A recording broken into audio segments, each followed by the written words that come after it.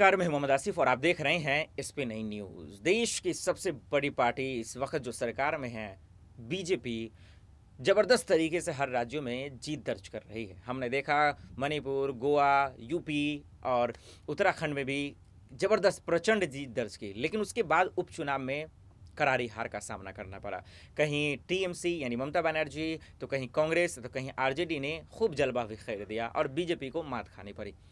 लेकिन इसके बाद अब जो है बीजेपी को चुनौती देने वाले एक से बढ़कर एक हैं। प्रशांत किशोर जो चुनावी रणनीतिकार है, उन्होंने तो खुलेआम तरीके से चैलेंज दे दिया कि 2024 में जो लोकसभा चुनाव होने वाले हैं उसमें कांग्रेस को 370 सीटें आ रही हैं। जी हाँ, 300 प्लस, जो बीजेपी का हमेशा से नारा रहा है 300 प्लस।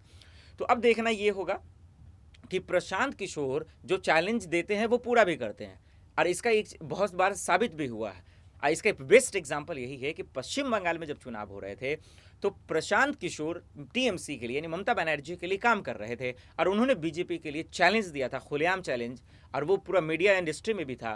उन्होंने साफ शब्दों में कहा था कि बीजेपी डबल डिजिट का आंकड़ा पार ही नहीं कर पाएगी, और ऐसा ही हुआ। जब पश्चिम बंगाल के नतीजे आए तो बीजेपी वाकई में डबल डिजिट का आंकड़ा पार ही नहीं कर पाई और करारा झटका का सामना करना पड़ा, और ममता बनर्जी के सामने तमाम बीजेपी के नेता घुटने टेक दिए। लेकिन उसके बाद प्रशांत किशोर का कद और भी बढ़ गया, उनका रिपुटेशन और बढ़ गया और खूब चर्चाएं होने लगी। अब उसके बाद जो है कांग्रेस को लेकर चर्चा होने लगी कि कांग्रेस के लिए वो काम करेंगे। इन दिनों भी वही चर्चा हो रही है, और यही बात है कि प्रशांत किशोर ने चैलेंज दे दिया है कि बीजेपी की करारी हार होने वाली है 2024 में।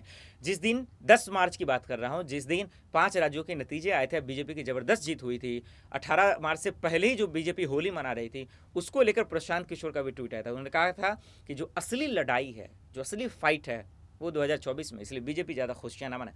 अब देखना होगा कि प्रशांत किशोर के इस चैलेंज का बीजेपी कैसे जवाब देती है। फिलहाल के लिए इतना ही। बाकी खबरों के लिए देखते हैं एसपी न्यूज़। नमस्कार।